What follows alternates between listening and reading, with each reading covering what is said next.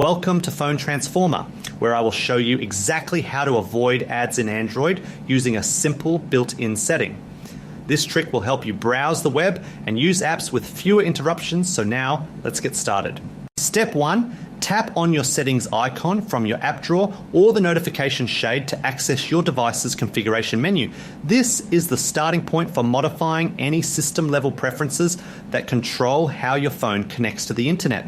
Step 2, tap on Connections or More Connections to open up your network and sharing settings.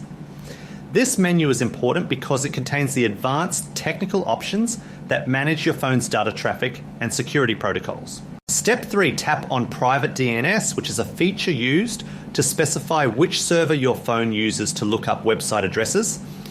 Finding this setting is the key to filtering out unwanted content before it even reaches your screen.